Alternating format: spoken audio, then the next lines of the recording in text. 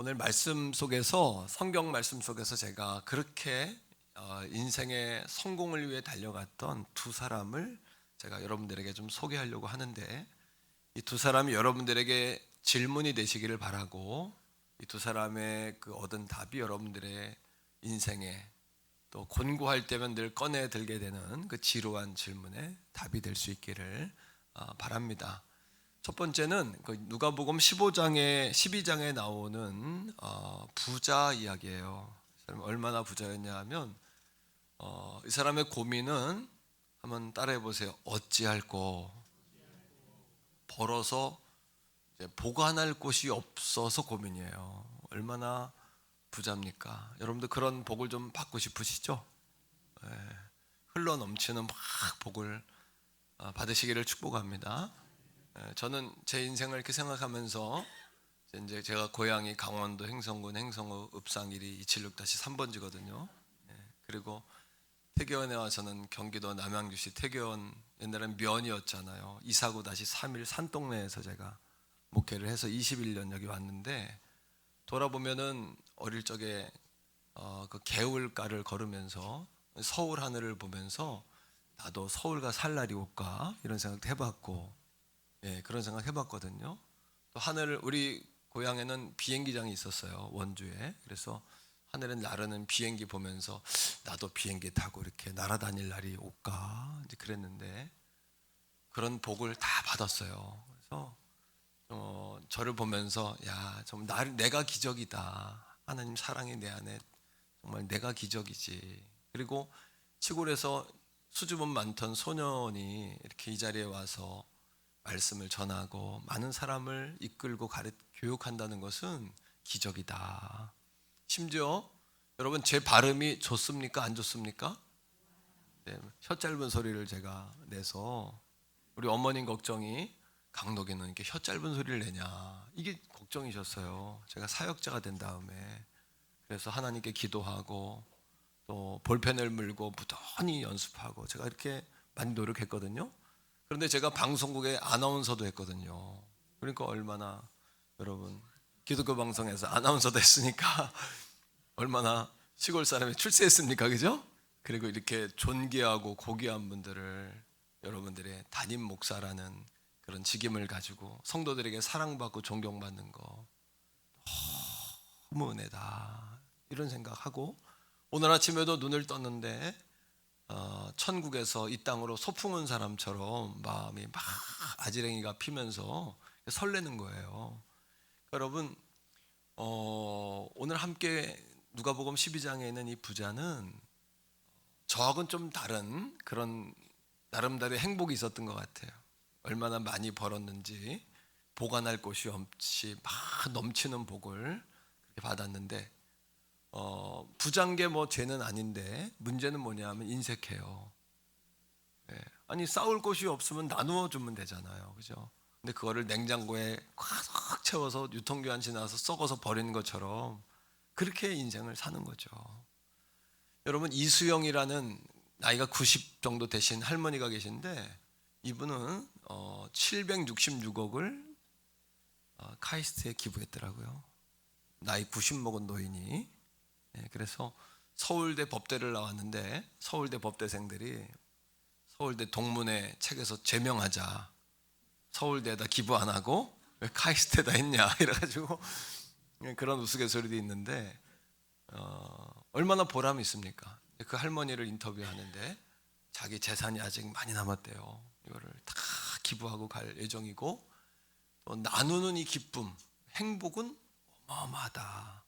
그리고 나라가 발전할 것을 기대하면서 자기는 그런 꿈을 갖는다, 이런 이제 고백을 하는 거죠.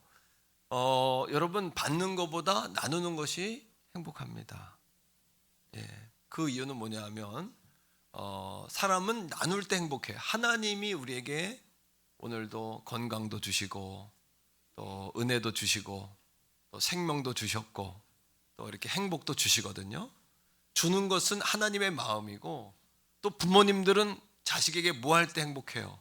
줄 때 행복하거든요. 이게 부모의 마음이고 하나님 아버지의 마음이거든요. 근데 이 부자의 마음에는 하나님의 마음이 없는 거죠. 모으는 데만 집중하고 나눌 줄도 모르고 어찌할까. 심지어는 그 부자의 문제는 뭐냐 하면 자기가 영원히 살 것처럼 착각해요. 그래서 자기 영혼에게 자기가 말해요. 내 영혼아, 이제부터는 먹고 즐기고 마시고 놀자, 즐기자. 이렇게 자기 영혼에게 말하는 거예요. 예수님께서 누가복음 12장에 그 부자에게 이렇게 질문하십니다. 이 질문에 여러분도 한번 답을 속으로 해보셔야 돼요. 어리석은 자야, 어리석은 자야. 오늘 밤에 내 영혼을 도로 찾으리니 내가 가진 것이 누구의 것이 되겠느냐? 누구의 것이 되겠느냐?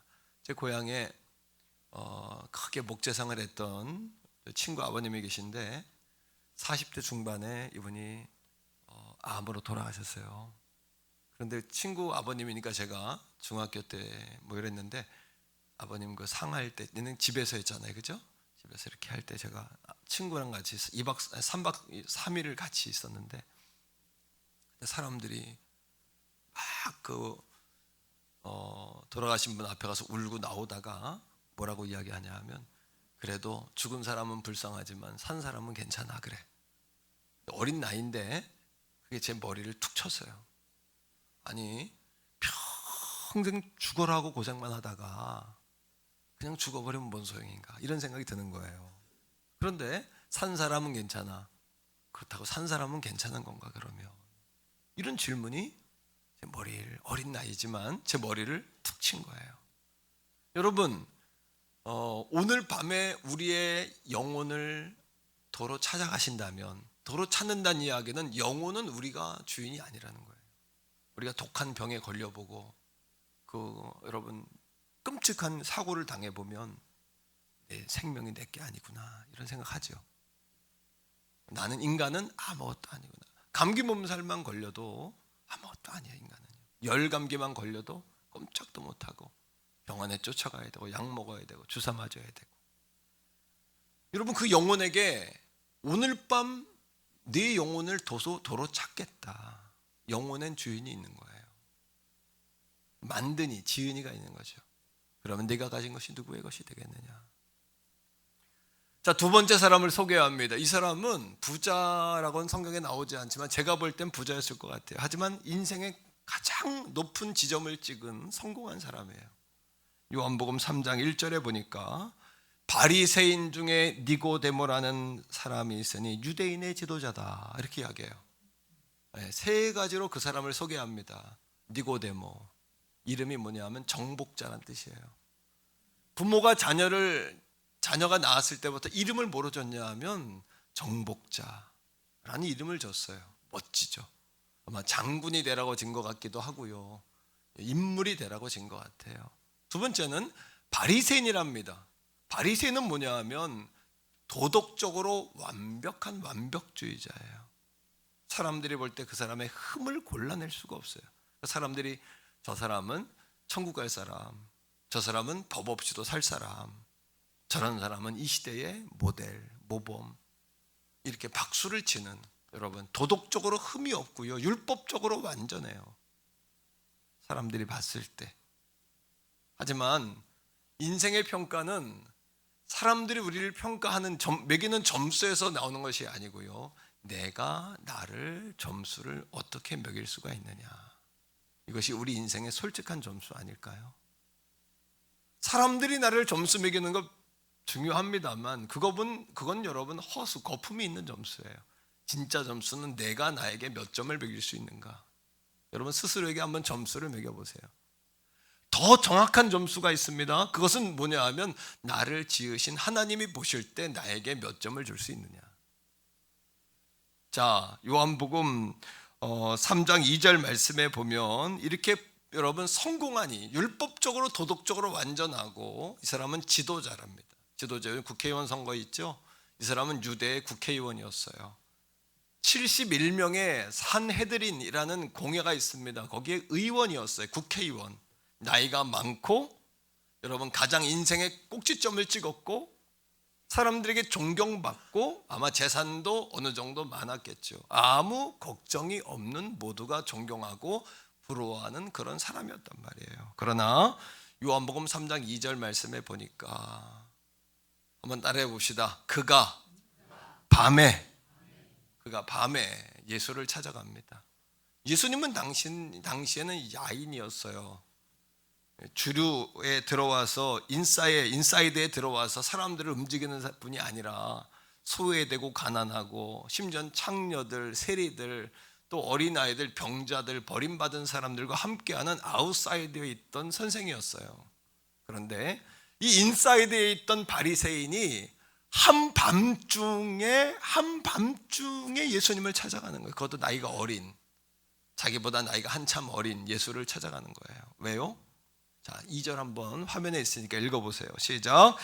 그가 밤에 예수께 와서 이르되 랍비여, 랍비는 선생이여 이런 뜻입니다. 선생이여, 그 다음에 우리가 당신은 하나님께로부터 오신 선생인 줄 아나이다. 하나님이 함께 하시지 아니하시면 당신이 행하시는 이 표적을 아무도 할 수 없음이니이다. 여러분, 이런 말이 있습니다. 성경에 하나님의 나라는, 신앙생활은 여러분 말에 있는 것이 아니라는 거예요. 우리 그리스도인들의 문제는 말만 잘해요. 여러분, 교회 다니는 사람 말 잘해요, 못해요? 말 잘합니다. 물에 빠져도 뭐만 뜨는 거예요? 입만 뜬다는 그런 이야기가 있습니다. 말을 기가 막히게 해요. 그러나 신앙생활의 능력은 말에 있지 않고 능력에 있다라고 이야기해요. 성경은 능력이 뭐냐 하면 말이 아니라 삶의 열매로 보여줘야 된다는 거예요. 그래서 우리 교회는, 태교원 성결교회는 날마다 성도들에게 말해요. 말이 아니라 당신이 직접, 당신의 삶이 메시지가 돼야 된다. 당신의 삶이 말이 돼야 된다. 당신의 삶으로 보여줘야 된다라고 이야기하거든요. 바리새인이 도덕적으로 완벽하고 사람들의 칭송을 받고 국회의원으로서 인생의 꼭지점을 찍었지만 사람들의 평가는 100점 만점이었지만 자기가 매기는 점수는 한참 모자른 거예요. 내가 아는 거예요. 내가 인생의 목마름과 갈증이 끊이지 않고요, 확신이 없는 거예요. 내 마음에 확신이 없는 거예요. 오늘 새 가족분들도 그렇지만은 우리 성도님들도 마찬가지예요. 예수를 믿는데 내 마음에 확신이 없어요. 안정감과 평안이 없어요. 그 이유가 뭘까요? 자, 그 바리새인에게, 니고데모에게 예수님이 이렇게 답을 하시는 거예요. 생뚱맞게도 그 깊은 밤, 한밤중에 잠이 안 와 여러분 이렇게 몸부림치다가 마침내 자기 안주머니의 포켓에 숨겨놨던 그 질문을 꺼내서 이 니고데모라는 바리새인이, 국회의원이, 나는 누구인가? 나는 지금 잘 살고 있는가? 나는 죽으면 어디로 가는가? 이 질문을 꺼내들고 예수 앞에 왔는데 그 질문에 예수님은 이렇게 대답하시는 거예요. 내가 근본적으로 거듭나야만 한다라고 이야기하는 거예요. 여러분 한번 따라해 보세요. 거듭나야 한다. 오늘 이 아침에 여러분들도 여러분의 인생에 곤고한 날이 오고 피곤한 날이 오고 속상한 날이 오고 인생에 지루한 날이 올 때 밤에 잠 못 이루다 어느덧 불쑥 꺼내든 그 질문, 나는 누구냐? 지금 제대로 살고 있는 거냐? 죽으면 어디로 가는 거냐? 라는 이 지루한 답에 답을 얻을 수 있기를 주의 이름으로 축복합니다. 이 답의 말입니다. 이 질문에 답을 얻으셔야 돼요. 그 답을 드리려고 오늘 여러분들을 모신 거죠. 자, 예수께서 거듭나야 한다고 이야기해요. 이 니고데모가 이야기합니다. 질문합니다. 예수요, 내가 엄마 뱃속에서 다시 나왔는데 다시 들어갔다가 어떻게 납니까? 그랬더니 예수님이 뭐라고 말씀하시냐 하면 그것이 아니다. 사람이 물과 성령으로 거듭나지 아니하면 하나님의 나라 천국에 들어갈 수 없다, 이렇게 말씀하세요. 자, 나는 누구냐라는 질문이에요. 따라합니다. 나는 하나님의 자녀다.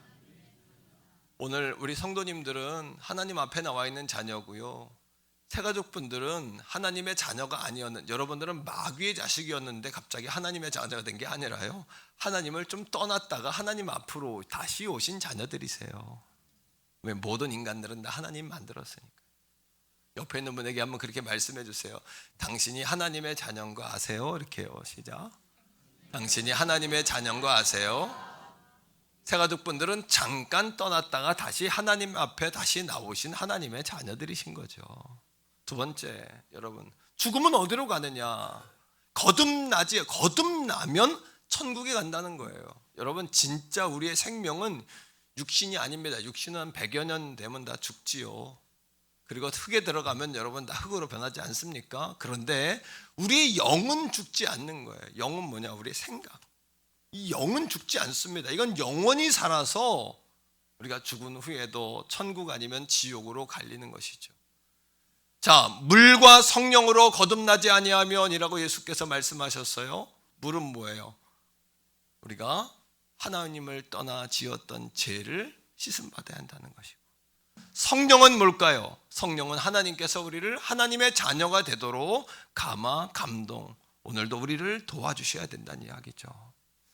자, 예수님은 우리를 살리시기 위해 사랑하는 사람들에게 상처를 받으셨어요. 여러분 그거 아세요? 한번 따라합니다. 사랑한다는 것은 상처받기로 작정하는 것이다. 사랑하는 사람이 내게 상처를 줄 수 있어? 사랑한다는 것은 상처받기로 결심하는 거예요. 그래서 부모들은 늘 상처를 받으며 사시는 거예요. 누군가를 사랑하면 늘 그리워하고 상처받게 돼 있는 거죠. 그래서 우리는 멀리 있는 사람에게 상처를 받습니까? 가까이 있는 사람에게 상처받습니까? 가까이 있는 사람에게. 예수님이 십자가에 못 박히셨어요. 누구에게 못 박혔어요? 가까이 있었던 사람에게. 예수님이 옆구리 창으로 찔리셨어요. 누구에게 창에 찔렸을까요?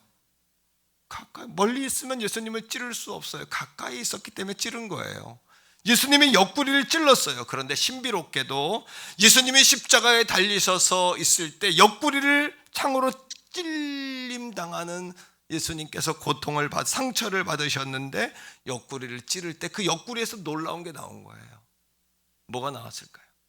예수님 옆구리에서 말입니다. 두 가지가 나왔어요. 첫째는 이겁니다. 피입니다. 옆구리를 찌르니까 피가 나왔겠죠. 이 피는 무엇을 이야기하냐 하면 우리의 죄값을 예수님의 피로 대신한다라는 의미가 있는 것이에요. 우리의 죄값을 말입니다. 두 번째 뭐가 나왔을까요? 사람은 피만 나오는 게 아니라 물도 쏟아집니다. 물을 다 쏟으셨어요. 그 물이 뭘까요? 우리의 죄를 씻으시는 예수님의 생명의 물인 것이에요.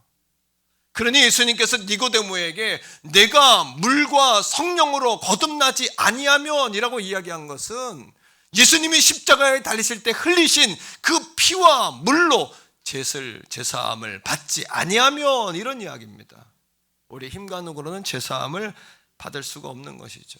그러나 중요한 것은 이겁니다. 몸에만 상처를 받은 것이 아니라 예수님은 어디에도 상처를 받으셨을까요? 더 큰 상처는 마음에 받으셨어요. 오늘 내가 마음에 상처가 있다는 분도 이 자리에 계실 수 있죠. 이런 상처를 받았습니다. 머리에 가시멜로관을 씌워놓고서 유대인의 왕이다라고 조롱했어요. 채찍을 때리면서 내가 우리를 구원해봐라, 내 자신부터 구원해라라고 조롱받았어요.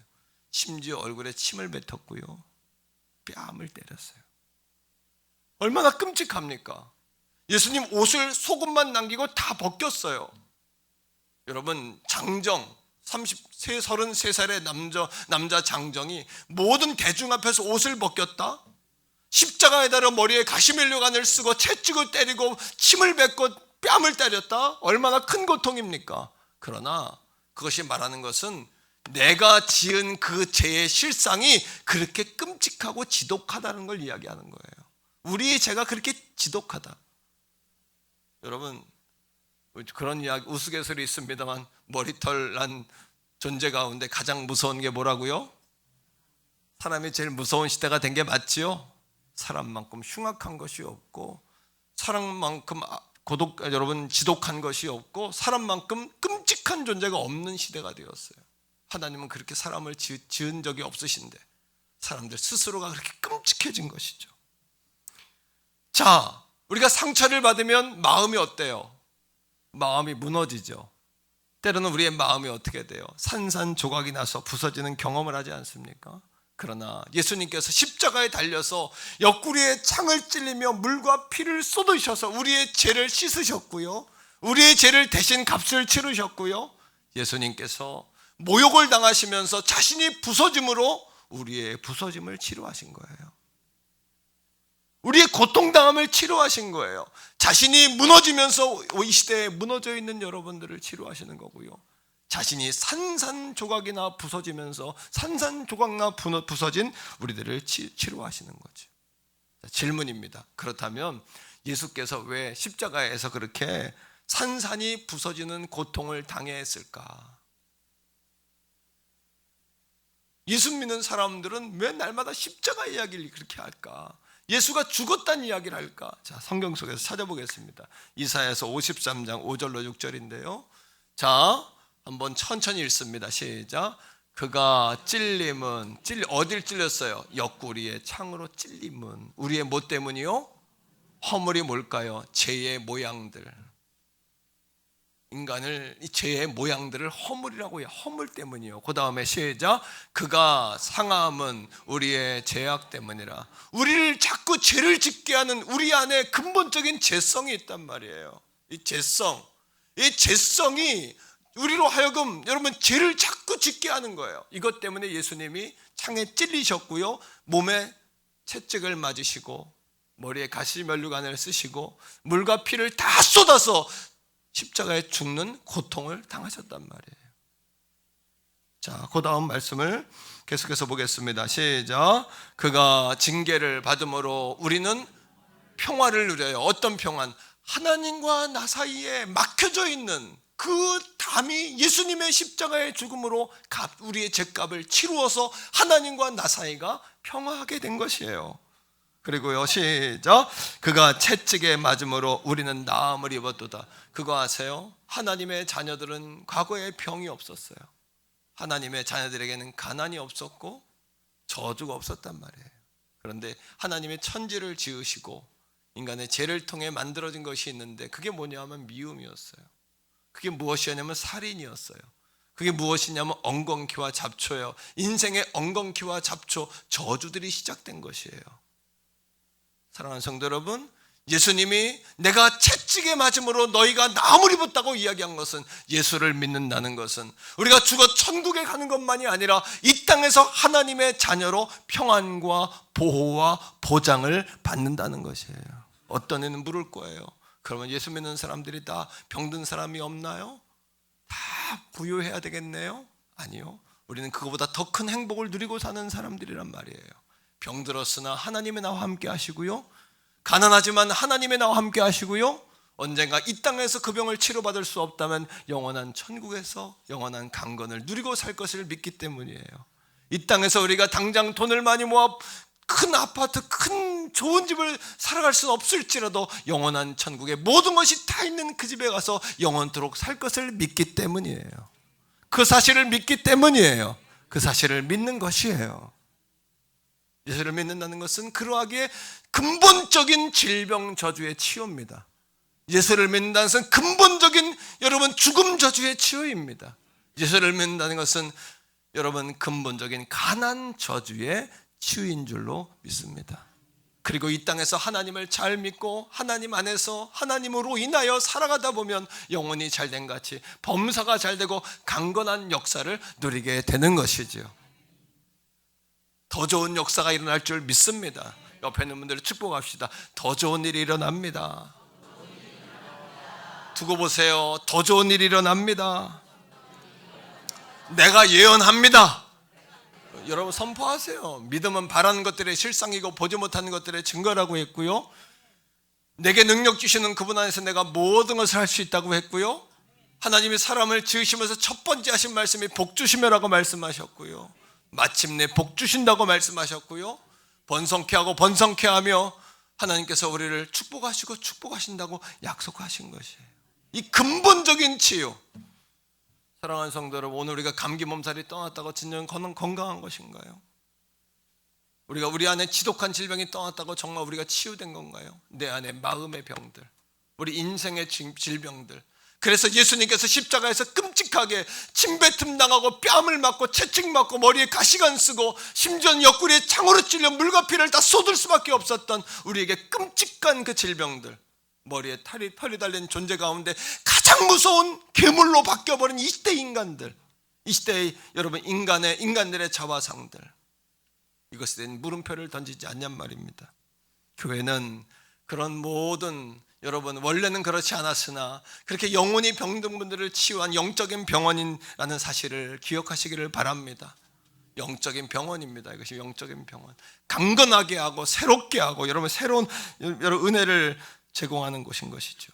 6절이에요. 6절 말씀에 이렇게 이야기합니다. 이사야 53장 6절.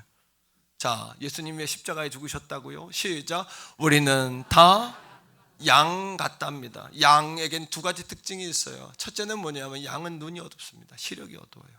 그래서 양은요 앞에 무엇이 있는지 5m 이상을 보지를 못한답니다. 이게 양이에요. 근데 예수님께서는, 하나님께서는 우리를 다 양 같다고 이야기하세요. 두 번째, 양은요 방향 감각이 없어요. 자기가 가는 길이 절벽길인지 맹수가 있는 길인지 물이 있는 곳인지 물이 없는 곳인지 분간을 못합니다. 양입니다. 이것이 우리 인생들이 그렇죠. 한치 앞도 모른다라고 우리 스스로 고백하며 살잖아요. 조변석 깨고요, 아침에 잘 됐지만 저녁에 안 되는 게 인생이고 저녁엔 안 됐지만 아침에 잘 될 수도 있는 게 인생이고, 전화위복입니다. 화가 변하여 복이 되기도 하고 복이 변하여 화가 되기도 합니다. 오늘 내가 누구를 만나느냐, 내가 가진 시간을 어떻게 쓰느냐에 따라서 놀라운 변화, 오늘 이 아침에 이 한 시간 여러분들에게 놀라운 축복의 기회가 되는 줄로 믿습니다. 하나님 그래서 우리를 부르신 거 아닐까요? 우리가 다 양 같기 때문에. 근데 스스로 양들은 자기가 시력이 어떤 것을 몰라요. 자기가 방향 감각이 없는 것을 몰라요. 그래서 목자는 자기의 막대기와 지팡이로 양을 인도합니다. 막대기와 지팡이는 하나예요. 막대기는 뭐냐면 막대기의 맨 끝에 코르크 있죠. 이거를 여러분 송진 같은 거를 딱딱하게 굳힙니다. 지팡이는 뭐냐 하면 여러분 이렇게 굽어져 있는 거예요. 그래서 양들이 여러분 구덩이에 빠지면 그걸 배에다 툭 걸어가지고 꺼내는 것이에요. 양들이 여러분 절벽길을 가요. 이스라엘의 길들은 대부분 절벽의 길이에요. 그 밑은 깊은 웅덩이고 깊은 절벽이고 그 밑은 여러분 물들이 흐르고 있죠. 거기서 떨어지면 죽는 거예요. 삐뚤은 길로 가려고 할 때 목자는 막대기를 들어서 앞에 송진이 붙은 걸 가지고 머리통을 그대로 후려치는 겁니다. 왜? 사망의 길로 갈 수 없도록 말입니다. 우리 인생이 편하기만 한 것이 축복일까요? 때로는 목자가 우리를 막대기로 우리를 심하게 후려치는 것이 우리에게 복일 때도 있어요. 정신이 들게 하고 바른 길로 가게 하는 것이죠. 때로는 힘들지만 그 지팡이로 우리의 배를 걸어서 끌어올리는 것이 축복일 때도 있어요. 그러나 우리는 왜 내가 가고자 하는 길로 못 가게 하냐고, 내 마음대로 살지 못하게 하냐고, 왜 뜻대로 하지 못하게 하냐고 불평할 때가 얼마나 많습니까? 그리고 기독교는, 하나님은 우리를 너무나 간섭한다고 이야기하지만 우리는 다 뭐와 같다고요? 양과 같은 겁니다. 양과 같은 겁니다. 시력이 어둡고 방향 감각이 없는 것입니다. 그래서 우리에겐 목자가 필요한 것이죠. 물은 물고기에 살아야, 왜냐하면 물고기는 물에 살아야 하고 새는 하늘에 살아야 합니다. 식물은 땅에 심겨져야 합니다. 그것이 천지를 만드신 하나님의 섭리예요. 그러나 그 자리를 벗어나는 그 순간부터 그것들이 죽어가는 것처럼 인간도 마찬가지로 하나님의 옆을 떠나는 그 순간부터 양들이 목자를 피해 자기들이 가고 싶은 대로 가기 시작한 그 다음부터 우리 인생들은 점점 시들어가는 것이죠. 자, 6절을 다시 한번 읽습니다. 시작. 우리는 다 뭐 같아서? 양 같아서 그릇 행하여 각기 제가 가고 싶은 대로 가는 겁니다. 목자에게 왜 이렇게 우리를 간섭하냐고 음매 울어대지만, 매 울어대지만, 그것이 여러분 그럼에도 불구하고 목자는 힘들더라도, 심지어는 여러분 목을 감았사고라도 끌어안고라도 잃어버린 양들을 찾아오는 것이 목자의 사명인 것이에요. 그게 하나님의 사랑입니다. 그래서 오늘 여러분들이 이 자리에 오신 것이죠. 자, 제 길로 갔어요. 그 다음에 시작. 여호와께서는 우리 모두의 죄악을 누구에게?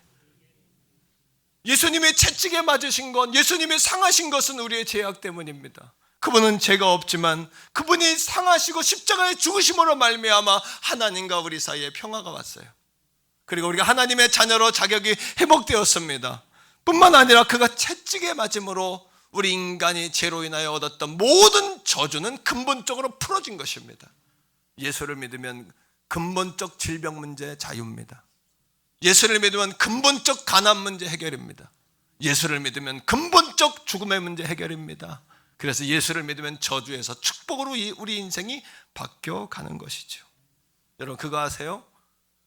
여러분 선주들이 예쁘시죠? 금쪽 같다 그러는데 금쪽이 아니라 금덩어리죠. 우리 성도님 2부 예배 때 어떤 성도님들이 선주 예쁘시죠? 그러니까 예 그러시더라고요. 저는 선주 볼 때가 거의 이제 돼가서 그런지 저도 아이들 보면 참 예쁘죠.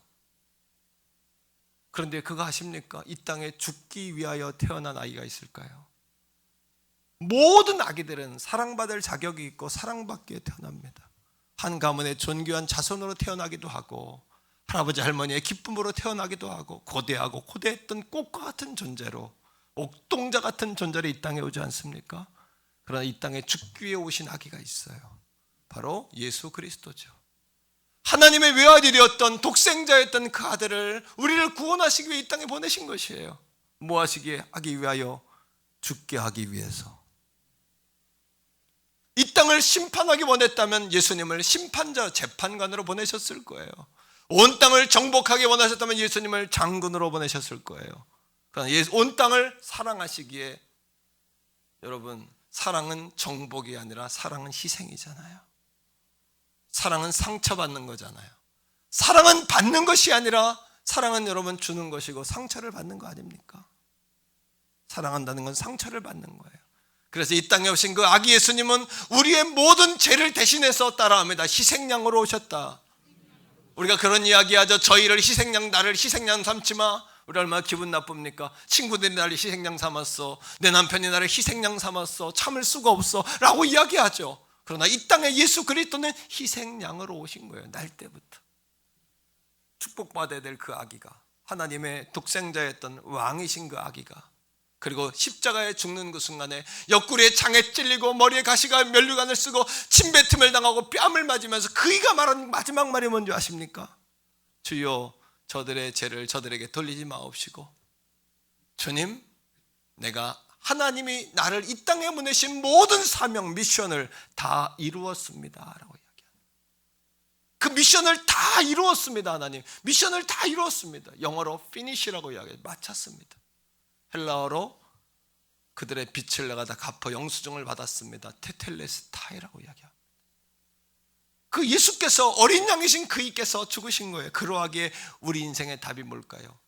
어느 날 한밤중에 잠 못 이루던 인생의 가장 성공한 그이가, 니고데모라는 한 남성이 몸부림치다가 예수께 찾아와 물었던 그 질문, 나는 누구냐? 내가 죽으면 어디로 가느냐? 난 지금 제대로 살고 있느냐?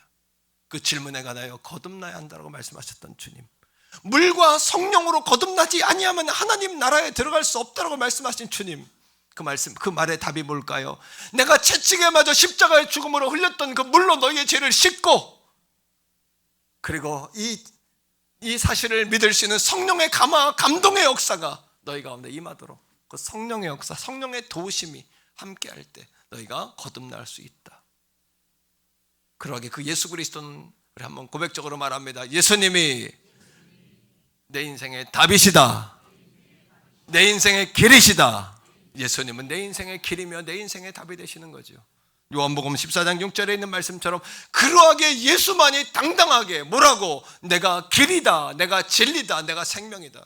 어떤 이단도, 어떤 이단의 교조도 할 수 없는 그 말, 어떤 종교도 할 수 없는 그 말, 모든 종교도 인간이 신이 됐다고 말하지만, 여러분 신이 추앙받기를 원하지만 예수는 신이신 그이가 인간으로 와 우리를 희생하러 오셨다는 사실, 그 사실만 봐도 예수가 진짜 아닙니까? 모든 사람들은 갖기 원하고 높아지기 원하고 대접받기 원해요. 문성명도, 여러분 또 이 시대의 많은 이단들도 인간이 신이 됐다고 이야기해요. 대접받고 예배받고 추앙받기 위해서. 그러나 예수님은 신이신 그이가 인간으로 와서 우리를 대신해서 희생양이 되었다. 이게 진짜 아니냔 말입니다. 이 시대에 이것이 여러분 뭐예요? 이 시대 정신 아닌가요? 희생과 섬김과 봉사, 이것이 시대 정신과도 맞는 거 아니겠습니까? 말씀을 맺으면서 그러나 이 사실을 아는 것만으로는 충분하지가 않죠. 자, 요한복음 3장 16, 17절을 한번 읽어봅시다. 시작. 하나님이 세상을 어떻게 자기의 아들을 주시면서까지 사랑하사 그 다음에 독생자 예수를 주셨으니 이는 저를 모하는 자마다, 믿는다는 건 뭐냐면 마음으로 믿고 입으로 시인하는 거예요. 예수가 나를 위해 십자가에 내 모든 죄를 위해 죽으셨다. 그분이 흘린 피는 내 죄값이고 그분이 흘린 물은 내 죄의 씻습니다. 그 다음 읽어봅시다. 시작.